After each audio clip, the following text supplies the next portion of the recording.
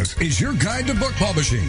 Everything you want to know but didn't know what to ask. With your host, Dr. Judith Briles.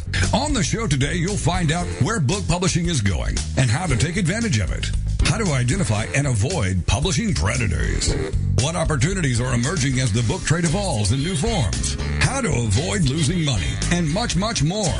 Join us now as a variety of publishing pros will deliver insights and strategies to take the author to the next level of publishing. It's your guide to book publishing. Everything you want to know but didn't know what to ask. Brought to you by Author You and The Book Shepherd. And now, here's your host, Dr. Judith Briles. Well, hello, everyone, and happy publishing and book writing day to you, wherever you are in the process. That this month, this amazing thing as we move into autumn again, which I am stunned is happening already this year, is really a focus on a little bit of marketing. And one of the key components I really feel could be a very strong ace in the author deck is book awards. And I happen to have with me someone who is actually extraordinarily good at assisting with social media for authors and some book platform development. But she also is a master at judging books for book award competitions. And we're talking about a gazillion book award competitions that she's participated in. She's one of those, I believe, unsung heroes. And what I love about Jules Marie is that she takes it with really almost a no-nonsense approach. She really looks at a book. Does the cover snap, crackle, and pop? Does the cover explain what this book is inside the covers, between the sheets, so to speak? Does she really get into it that it can, I think, compete with books that come from a traditional publisher? So what we're going to talk about is, should you enter book awards? Are there certain things that you should be looking for if they're the right fit for you? And how does a judge really evaluate a book? And then, Jules, with her social media expertise, what do we do if you win one? Where do we go with it next? So with that, that's the tone, that's the theme for this hour. And I'd like to welcome Jules Marie to Author You, your guide to book publishing. Hi, Jules. How are you? Hi, Judith. I'm great. Thanks for arranging this. I'm looking forward to sharing some ideas with everyone. I love having you here. She's judged, by the way, over 1,500 books. I said a gazillion. That's 1,500 books for sure. And you can find more about Jules. Her website is the traditional www.33words.us. So that's 33words.us. All right. So, Jules, I mean, how did you start really judging book awards? Well, gosh, I have to think back a few years. Before we're all along in the tooth, huh? Well, I haven't been asked that in a while, actually. But one of my colleagues knew that I was a reader. I don't like TV. I don't watch TV. I wasn't raised with TV, and I've always been a reader. That's what I take my time to do. I always have. Every evening I spend hours reading.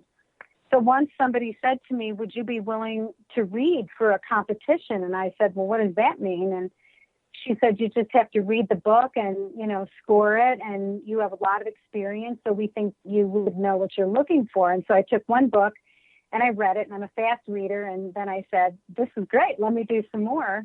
And I wound up reading a number of books. This was probably 4 or maybe 5 years ago. And then from there, I loved it so much that I began reaching out to other organizations, letting them know that I was experienced and that I would like to judge for them. And not everybody says yes, so we can talk about that. Mm-hmm. Mm-hmm. Well, and then some judges are really the wrong fit, I found too, for a variety of reasons for that. All right. Agreed. So with that, when you're a judge, what's the first thing you do when the books come in? Whether you may have a boatload of boxes come in, Mm-hmm. or you may have just a few books come in. What's the first thing that you do when you open that package? Well, I'm smiling. I might be blushing a little because I love getting books. And when I open the box, it's like I know there are books in there. So I'm excited to begin with. And I open it, and honestly, the first thing I do is I lift them all out. I lift each one out individually, very carefully. I hold the book. I look at the book. I touch the cover. I run my hand over it. I turn it over to the other side. I look at the back side. I look at the colors. I've not even opened the book. I'm just having an experience of the book, because the presentation of it is just as important as what's written. And as a judge, we've got to get past the cover. A book does get judged by its cover. But opening the box is, for me, a very sensory experience, because all books feel different. They look different. They smell different. And you have to think about that when you're creating your book. So, curious, when you open that box, do you already have your judging sheet? And I think we need to talk about judging sheets too. But do you have your judging sheet right there so that, you know, that experience that you're experiencing, you can make notations? No, I don't. I know the books are coming in for a certain competition, and I'm familiar enough with what they're looking for. But when I read a book, I actually read the book. I don't write in the book. I don't make notes. I use those little sticky tabs where you can, you know, point to something in the book. And but I actually read the book to read the book. And you can actually tell pretty quickly if it's terrible. Maybe you don't want to finish the book, but I'm not sitting there scoring it, because then I'm going to start out being critical. And I want to be neutral. I want to be open. That writer who I admire every single person who has published a book, and I am going to honor that book by reading it. That's my job. And so I don't want to score it until I've read it, till I've really given it a good read. Well, I want to tell you, as an author, I appreciate you doing that.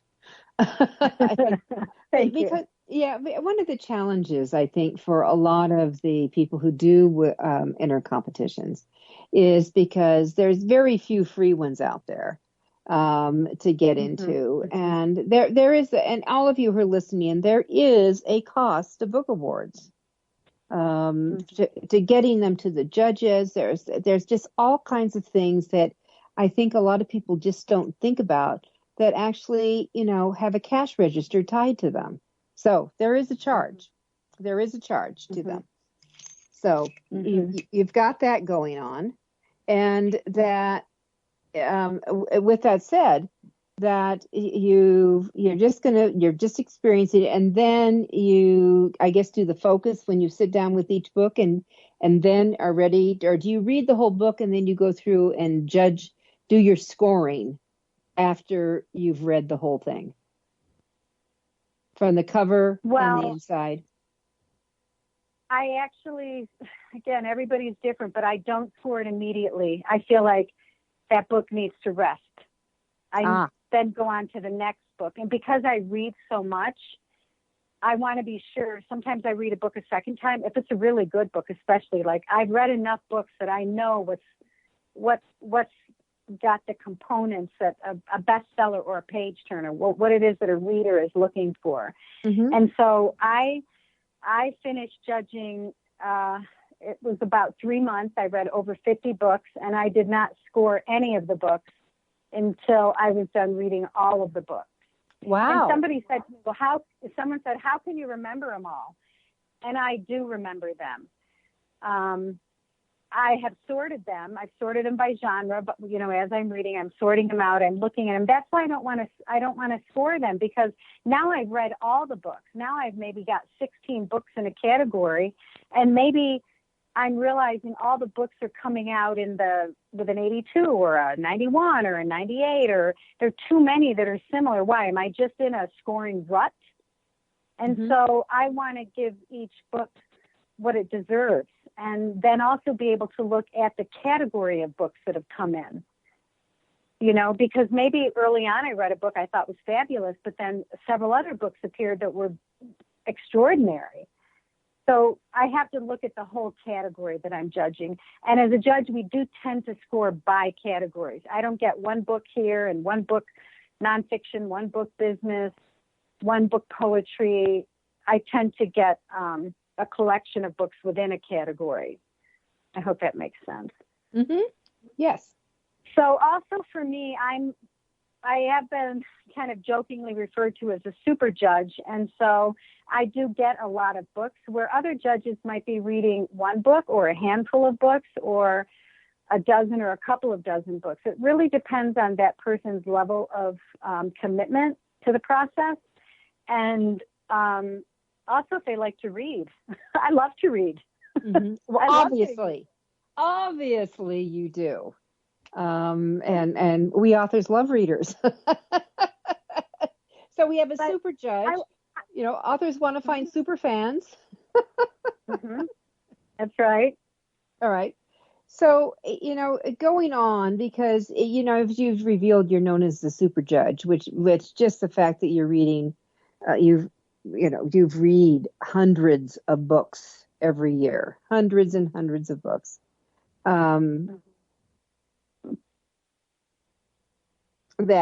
What is it that, if you were to name one thing, and we have a minute to our first break, but if you name one thing, what's the first thing that pops out? In terms of what I'm looking for? If you think you have a potential winner on your hands. Oh, there's more than one thing. Well, we can discuss that. But I would say to the writer, what's the writer looking for when they read a book, right? Mm-hmm. Because what you're looking for in your favorite book is what you should be writing in your own book. What book inspired you? What book made you turn the pages? What book could you not put down? Okay, hold that thought. Book you want to write. Okay? All right, so Jules, hold that, and we'll come right back to that. We're going to take our first break. With us is Jules Marie, and we're talking about how to enter an award and what you should get out of it.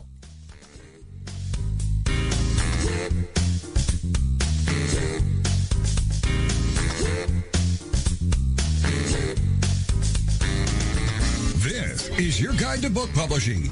Everything you want to know but didn't know what to ask. With your host, Dr. Judith Briles. And we'll be right back with more great information right after these.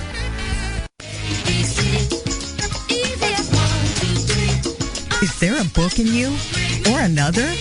Author U shows you how to create, develop, and publish your book without being hoodwinked. If you already have a book out, you will find a supportive and brainstorming community that is connected and creative, no matter where you live.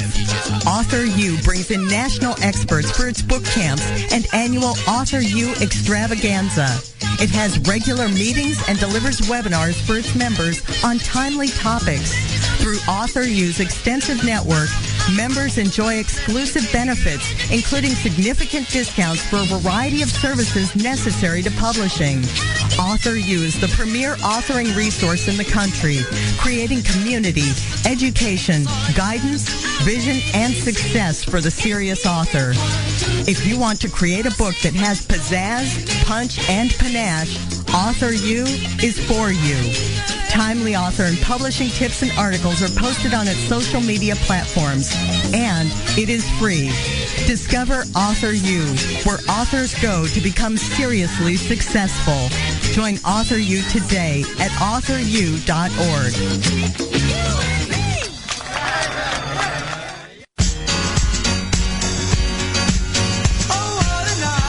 Are you confused about publishing options? Do you know which printing option is best for your book? Does your stomach flip when you think about selling books? Or do you feel overwhelmed with what to do about book marketing and publicity? Get the answers and much more. Get them and from someone who knows publishing inside and out from both the traditional and independent sides how to make a successful book. You can't do it alone without paying the price. You can spend your money creating a book that turns out to be so-so, or you can create a book that looks and feels classy, builds your brand and platform, and is a success, a bestseller. It is your choice. You choose.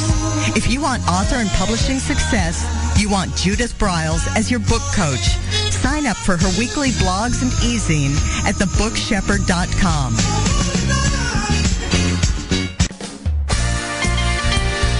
Welcome back to your guide to book publishing.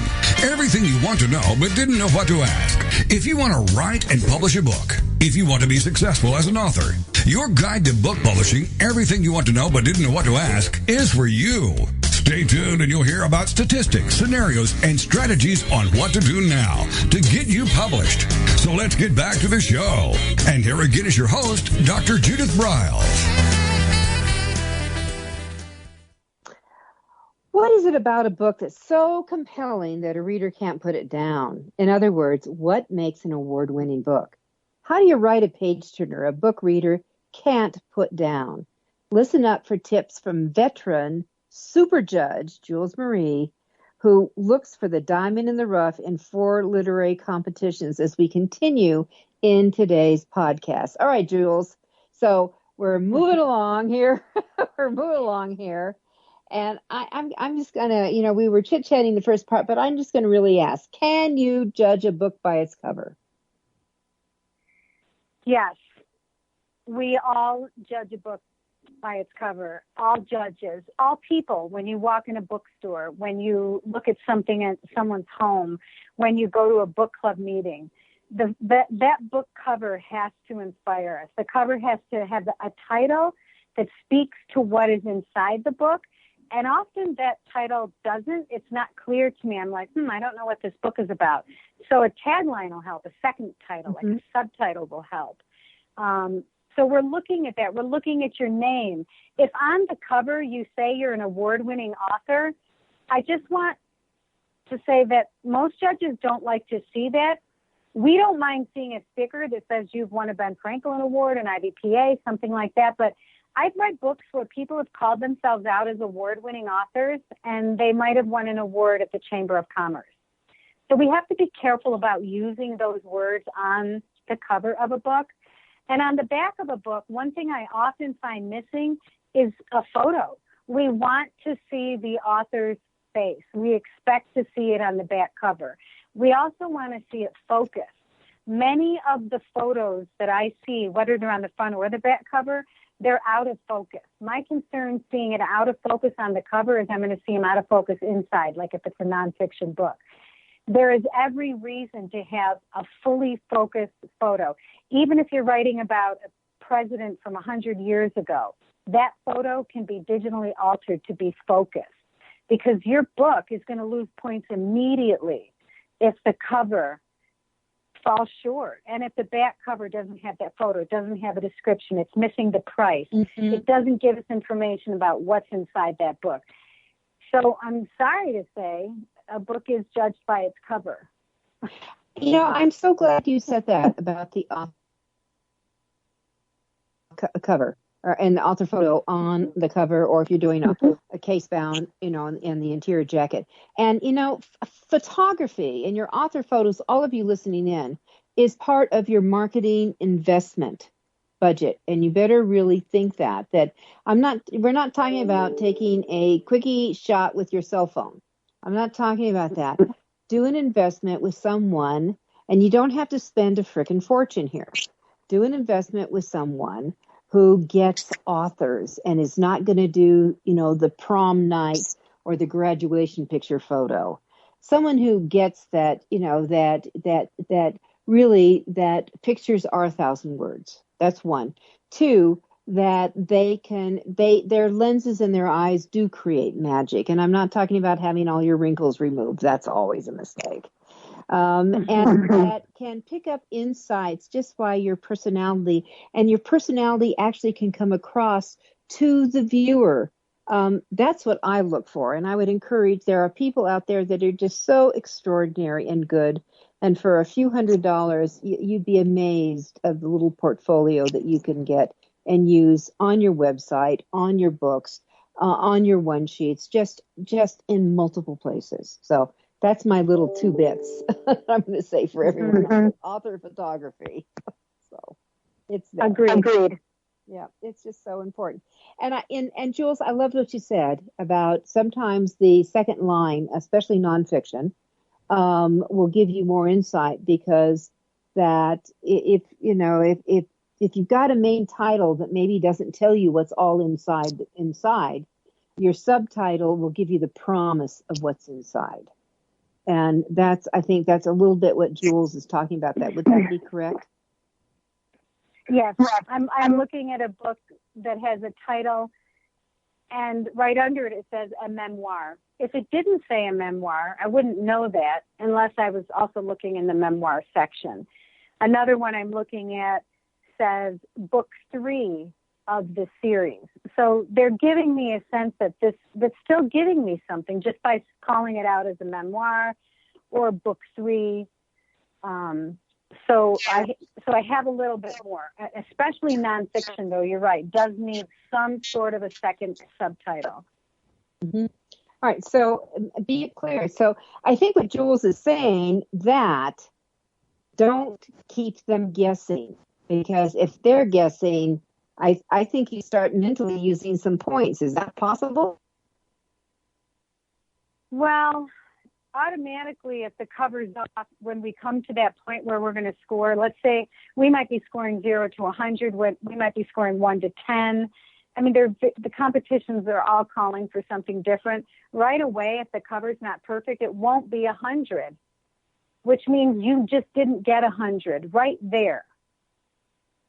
Does that make sense? So you're already starting with say you have an out of focus photo, you're already down at 90 something. And by the time we score everything, you may lose points someplace else.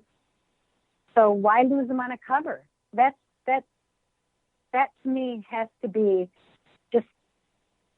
it's just got to be right. It's got to look right. It's got to feel right. It's got to have the right name. It's like people agonize over what they're going to call a child or a dog. You have to agonize over what that cover of your book looks like. Mm-hmm. Mm-hmm. All right. So you've got this book. You've gone through all the book in your genre, and then you're going to sit down with them. So you start with the front cover. Then where do you go?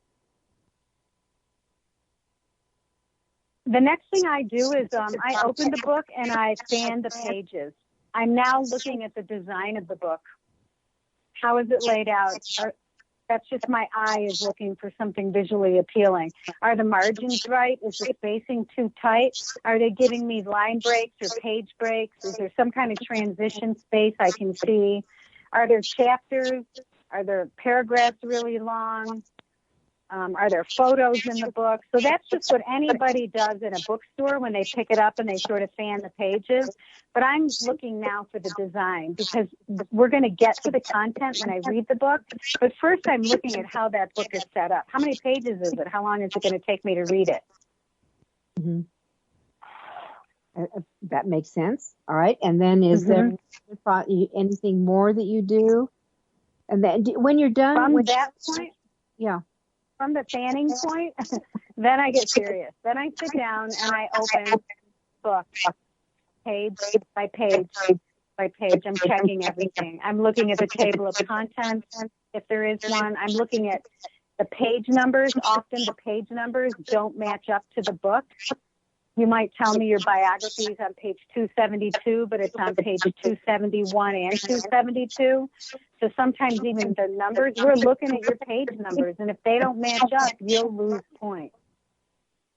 So then I'm looking at the dedication page, if there is one. I'm page by page, I'm flipping. I'm looking at when was it copyrighted, where was it printed, who published it. And I haven't even started reading yet. And all those things I've just said, that's at least 20 things on a score sheet I've already had to think about before I even start reading the book. So the design and the editorial process is as important as the writing. If you don't get an editor and you don't get a book designer, the chances of you winning a book award are slim. Even an ebook, even if you're doing an ebook, it's got to have a design. It has to be edited. If I read 20 pages and I hit 5, 6, 7 errors, that's what I can expect for the rest of the book. So I'm going to tell myself, wow, they poured their heart out into this book, but they didn't spend the money on an editor. That makes no sense to me, because this book's got chops. this book is awesome, but it's not well written. It's missing, it's got grammar problems, typos, syntax errors, black text. It's just got problems. A copy editor will help you avoid those problems. Well, one of the things that I've always insisted with the books that I have the pleasure to work with is after the book is laid out, Jules, is we have another type of line editor come into play.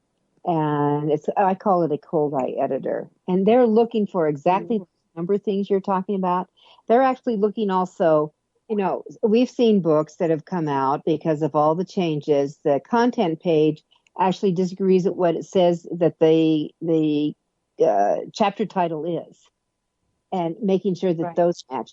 We make sure we go in and look, does the headers, where it might have the title of the book or the title of the book, and it could have the chapter titles, do they match? Or has there been some transition? I mean, all that stuff can get screwed up. And if you don't pay attention, it's going to be, it'll come out as a sloppily manufactured book. Yes. Sadly, if you're going to put all that work into writing a book, there are a few extra steps that I know cost more money, but they're going to benefit the writer in the long run. I mean, especially a memoir, you're writing from your heart. You need somebody to come in neutrally and fix that for you, to get that right, to make it sing, to give it a feeling, because you're expressing something emotional and they want to help you create a design, a flow for it. And these editors and designers, they'll help you craft that story, because it is a crafting. A writer's an artist. We craft that story, and we need people to help us. And that's where I say, I want you, when we work with people, we want them to create a book they never regret, that they don't have to apologize for. And when you start seeing some of these blatant snafus that could have been caught much earlier and not gone through, it just kind of gives you a sinking feeling, let's just say. All right, we're going to be right back. We've got much more on how to make your book sing so you float to the top of the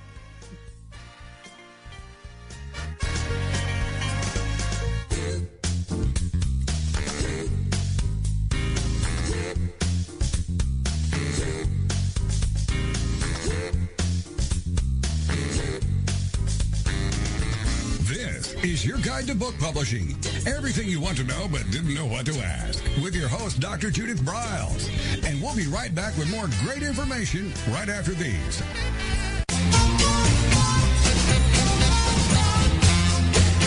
Discover the power of you and your book at the Judith Briles Unplugged events. Each summer, Judith Briles Book Marketing Unplugged unfolds over 3 intensive days working with just Judith.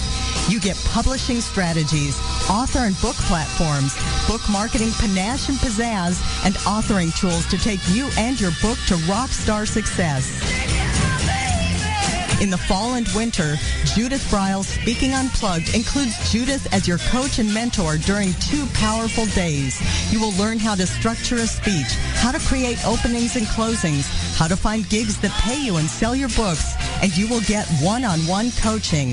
Go to thebookshepherd.com and click on the events tab to learn how to participate at the next Unplugged Workshop event.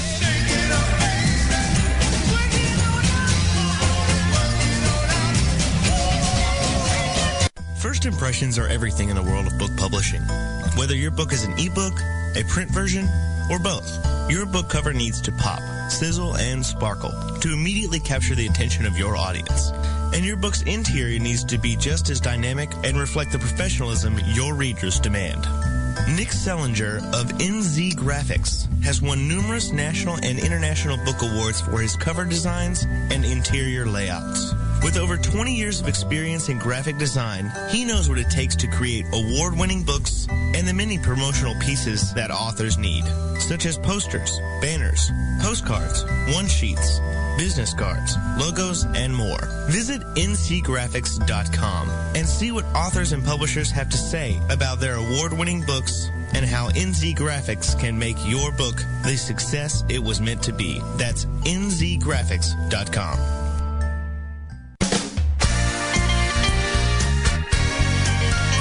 Welcome back to your guide to book publishing. Everything you want to know but didn't know what to ask. Coming up, you'll hear more about statistics, scenarios, and strategies on what to do now to get you published. So let's get back to the show. And here again is your host, Dr. Judith Briles.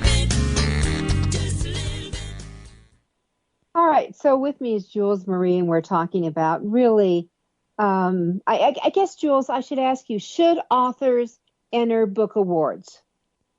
That's a yes/no question. I pause because yes, they should enter if they've met the criteria that they know that a judge is going to be looking for. Mm-hmm. Otherwise, they're spending a lot of money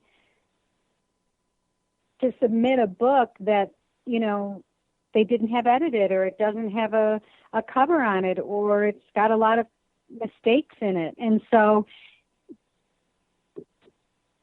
you have to be able to meet the criteria judges are looking for. And actually, many sites, like if you go look at Ben Franklin, there is a list there. You can go onto their site and you can click and you can download a list of what they're looking for. So this is not a mystery. Mm-hmm. It's published. It's out there. So I'm not just telling you what I'm looking for. I'm telling you based on what these competitions I read for say, this is what we need you to look for. So if you go out and do a little research, an author will find this information. Well, and I think that, you mentioned the Ben Franklin Awards. Ben Franklin is from the IBPA, the Independent Book Publishers Association, and they do a big award, and they're really well recognized within the industry.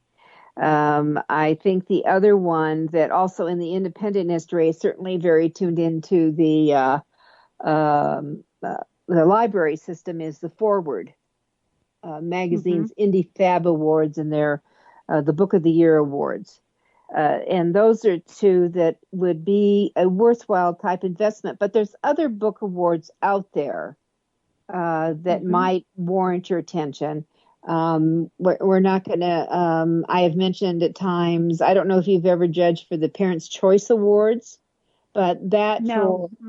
Okay, so for parenting, those have a excellent reputation. I mean, Barbara Bush used to be on their board. And that they got a lot of media publicity when the Parents' Choice Awards went out. So getting one of those was a good carrot, let's say, to add to your repertoire. And also that you have judged for the Colorado Book Awards. Yes. Correct. All right. And so everyone, Colorado's not the only state that has something called the blank book awards. That Congress authorized the book awards in all 50 states. That there's a side to that, and Colorado has a very active one. And I'm honored to say I won one several years ago for nonfiction, in the nonfiction category.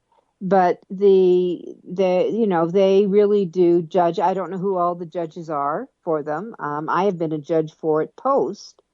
But it's those carry clout, and I think it's important to find ones that carry clout versus they're just a means to get money from people. and I don't know, do you have any opinions on judging some of those or evaluating some of those, Jules? Well, you have to look at what is it going to cost. Do you have any idea of what the competition is? Look at the books that they've judged in the past. Have you read any of them? Are they books that appeal to you? Do you have a genre that's going to fit what they're looking for? There are so many genres you can enter now that there is often a place for you where maybe there are fewer people who've entered that genre. You know, it's not just fiction. There are a variety of fiction genres that you can enter. So, you know, if you hit the criteria, if you know, your editor will tell you. Your editor's read a lot of books, and the editor's going to say, this is a fabulous book. I think you should enter so-and-so. Mm-hmm. But I want to mention something interesting that not a lot of writers know about, and it's this competition that I read for called NYC Midnight, New York City Midnight. Uh-huh. And what I love about reading for them is I read what I call shorts. So I read, it's called a short. It's 1,000 words. And what is amazing is it has to have all of the components of a well-written book, but in 1,000 words. Honestly, I'm looking for all the same kind of things that I'm looking for when I'm reading a hardcover, but I only have 1,000 words. So if you can find competitions like NYC Midnight and you can enter them, you'll then begin to get a sense of, wow, this is what people are looking for. And I think they're very inexpensive, like $15 to $30 to enter some of those online. Mm-hmm. And what I also like about NYC Midnight is I am required to write comments. So I'm not just judging, I'm giving feedback. And I don't just say, well, your characters aren't well developed. I have to give suggestions for how that character could have been more developed, a character that I might have identified with. So 1,000 words, if you can win 1,000 word short competition, you can write an award-winning book. That's what I think. And that could build to it. And I want to thank you as an author. I want to thank you for your comments, because one of the problems is, and it's how I handled with the induction for the Colorado Authors Hall of Fame, the inductees. Not only did I personally call all of them and congratulate them and then let them know about the details, I also called the people who didn't make it and told them why. Mm-hmm. And I can't tell you how many appreciated it. It wasn't that none of them got their work was crappy. None of them got that. It was more about that it was too early, that they don't have the breadth to be considered a Hall of Famer yet. And so I could offer encouragement to them. And I think, you know, a lot of times you drop in this hole and you have no idea why. Well, that's why feedback is good. And authors, like you said earlier, you like knowing we've read your book. Because I read from one competition that says if you've read 20% of the book and you know it isn't going to score above a C or a 70, you do not need to finish it. Mm-hmm. So that's so if we've gotten that far and it just keeps missing, we know that it's not going to become that page turner. It isn't going to be the bestseller. Mm-hmm. Well, you know, but the majority of the time for me, I'm going to read that book. I want to know what dog walking etiquette's about. I want to know how to fix my big problem, you know? I love that. Jules, I've got to ask you about memoir, because one of my challenges is, you know, that goes often into the narrative nonfiction category. There's one competition that I am a member of the association. I don't even consider ever airing, because there is basically two categories for nonfiction.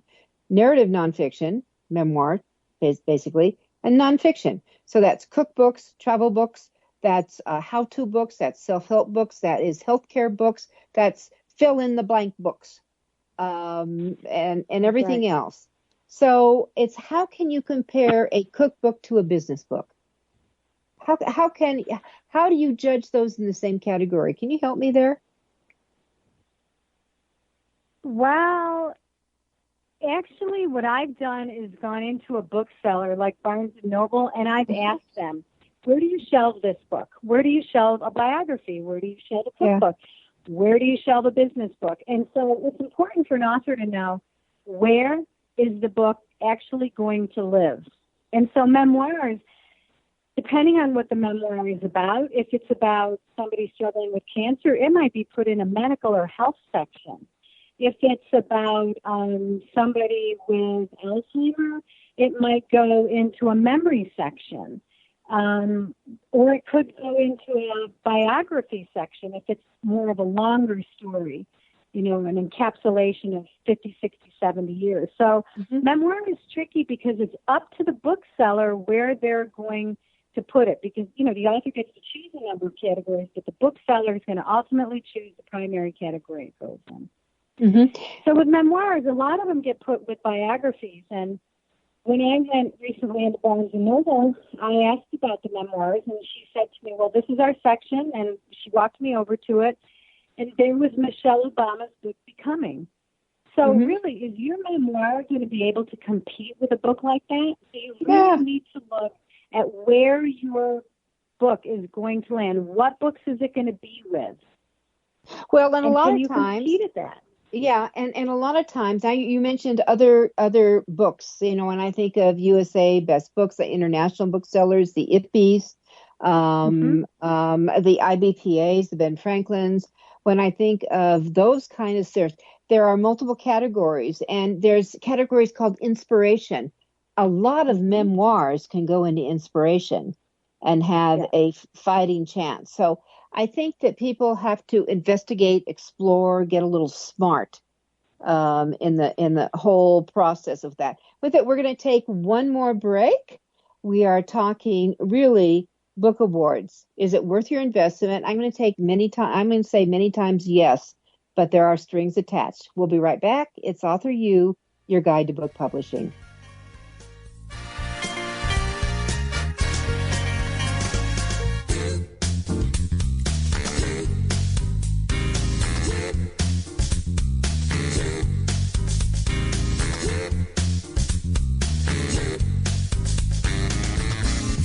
Is your guide to book publishing.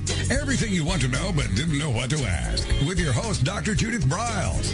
And we'll be right back with more great information right after these.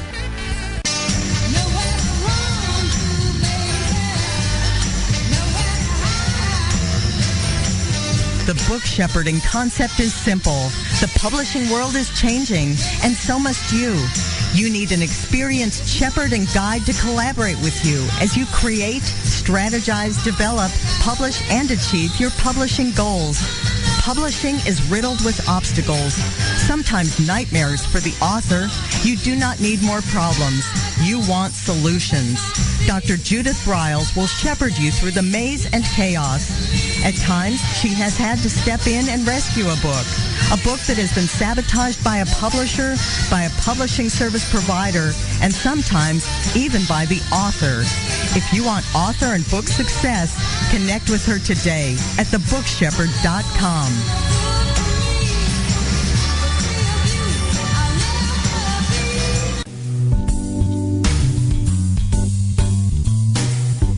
At Total Printing Systems, customer service is our priority. We are located in Southern Illinois.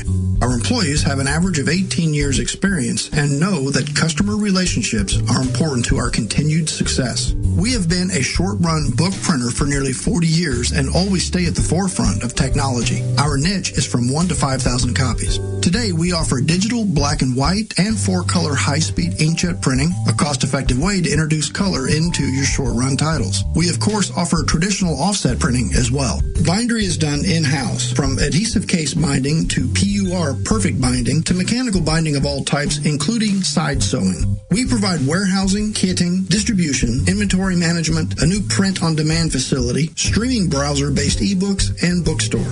Call us at 1-800-465-5200 for a quote on your next book project. You can also visit our website at www.tps1.com. Welcome back to your guide to book publishing. Everything you want to know but didn't know what to ask. If you want to write and publish a book, if you want to be successful as an author, your guide to book publishing, everything you want to know but didn't know what to ask, is for you. Stay tuned and you'll hear about statistics, scenarios, and strategies on what to do now to get you published. So let's get back to the show. And here again is your host, Dr. Judith Briles.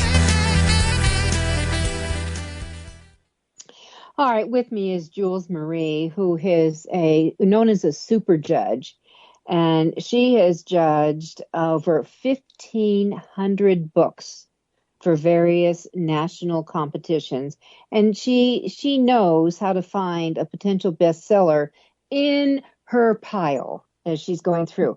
One of the things that she often mentions is the tone, the tempo, the rhythm, and the cadence. Okay, so what do we mean by that, Jules? I think of tone, tempo, rhythm, cadence as the music of the story. What is moving the story along? What beat have you set the story to? What is going to keep me interested in the characters? What gives that story a sense of movement? Is it the words? Is it the way that it's been written? Is it the sense of smell that is incorporated into the story? Is it what brings it all together?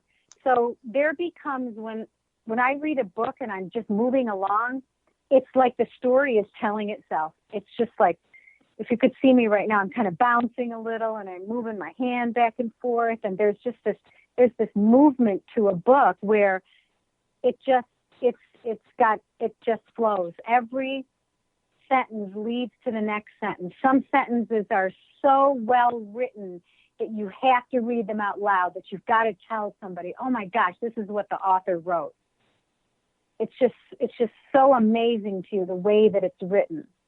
All right. So, yep, it is. And that's where your page turner comes from. That's, what you're going through. I was reading a book yesterday that I liked it so much. I reread the last 80 pages because it really explained a lot. What I was, I didn't know what I was looking for, but it really rolled out. So I love, those are surprises that I love, love, love. All right. So we've mentioned that you've done a lot of award competitions. Do they all judge the same way? Is there a certain formula? No. There are similarities in what the competitions are looking for. And some people ask 100 questions. Some people ask 10. Some people have sub-questions and more questions within a question. It depends on the category that you're entering, especially if it's like a children's book and there are illustrations involved, because then we're judging on content and illustrations and printing. There's a variety of things that go into the children's scoring. So it's just got to be a good blend of all of that. Mm-hmm. Mm-hmm. Well, I know that the IPPY Awards is a well-recognized, thought of award that Jim Barnes is the overseer, coordinator of, that he has a kind of Rubik scoring. What's that mean? I'd actually applied to judge for IPPY and for Jim Barnes, and I haven't heard back from him yet. But what he has said is it's not easy to win one of his awards. That's what he says. He's read thousands of books.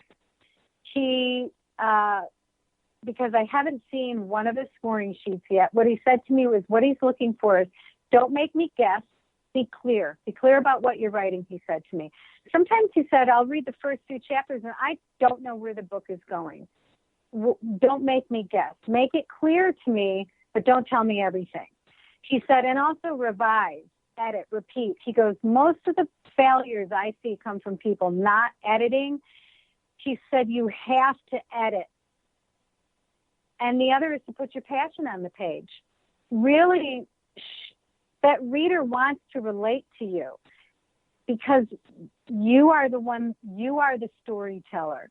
We want to relate to you. And if we love this book, we're going to love your next book, your third book, your fourth book, your fifth book. So we're not just reading a book. We're reading a book by a certain author. So once we like a book by you, we're going to look for more, or short stories by you. So we have to, so though each competition is looking for something different, I think the scores still take a blend of content, design, production. It's just that we're asked in different ways. Does that make sense? Mm-hmm. It's huge. Yes, it is. And I think that here's what's consistent that you have said from what you're looking for, what I hear judges say all the time, what I hear reviewers, oh my gosh, reviewers, they probably should have a button don't talk to me unless your book has been edited. I mean, but and by the way, we're not talking self-editing. I mean, yes, you should self-edit it, all of you, but you need to bring in someone who this is what they do. This is what they do. So, and another thing I just want to say, I'm looking for one. I have an example I thought would be helpful. Almost every competition asks this question: does the book present a new idea, or does it rehash the same old thing? So I have to be honest, many of the books I read, they're the same old thing. They're formulaic. I know when I read those first couple chapters, I know who's going to die, who's going to fall in love, who's going to get married, who's going to move away. I know who the bad guys, I know everything because I can tell that book is following a formula. So I need you to tell me something different. And so one really good example I have is I'm a hiker. I hike a lot, and I don't read hiking books, but I did read this book because of how it was presented. And it's called I Promise Not to Suffer, A Fool for Love Hikes the Pacific Crest Trail. She had two titles, which was great. I Promise Not to Suffer, A Fool for Love Hikes the Pacific Crest Trail. And why this memoir works is because she didn't tell it the same old way. It's won a number of awards, like 7, 8, I don't even know. It's told differently. It's intimate. You feel her. You can relate to her struggles. You understand the situation that she's in.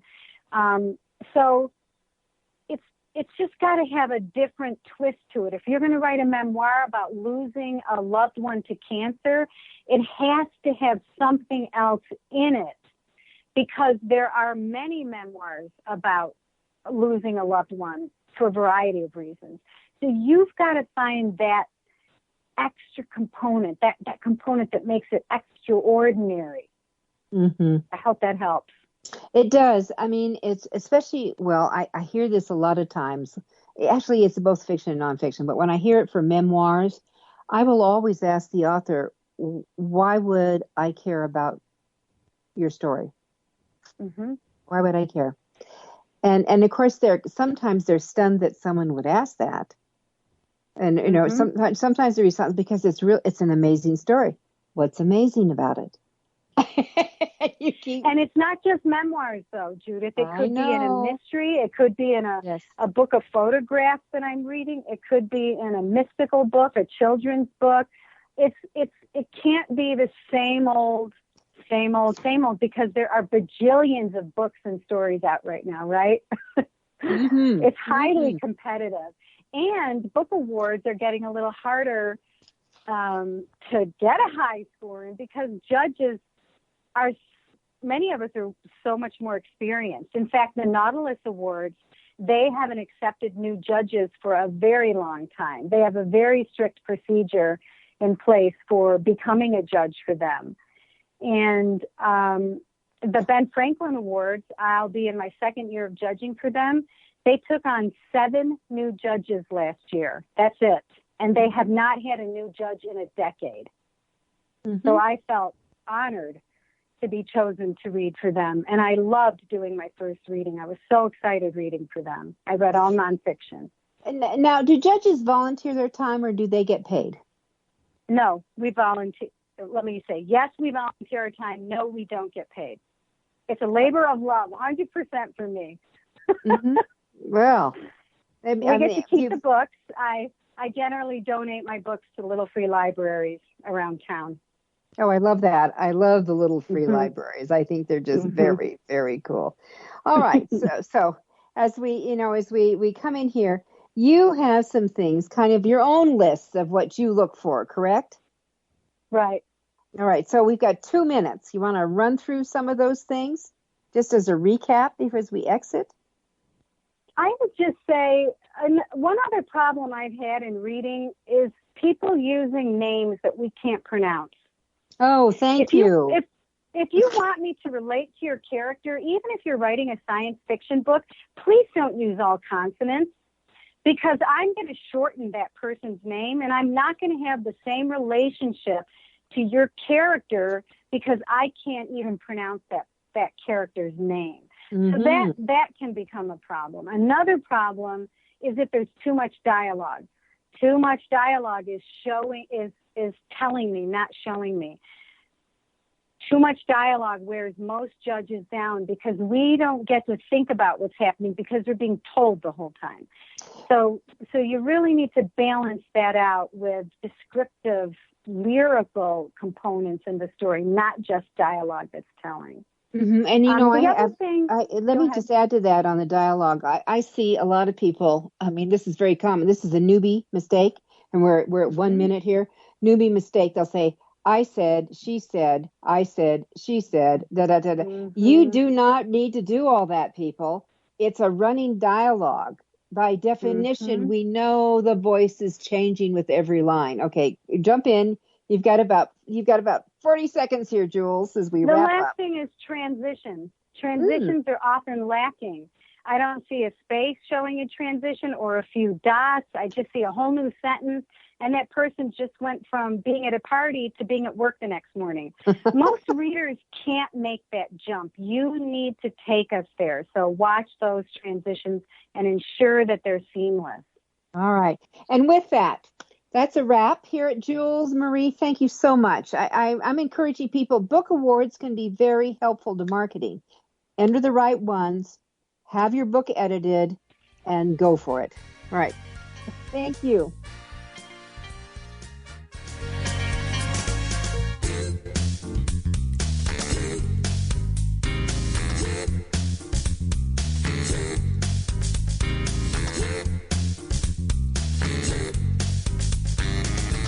Thank you for being a part of Your Guide to Book Publishing. Everything you want to know but didn't know what to ask. With your host, Dr. Judith Briles.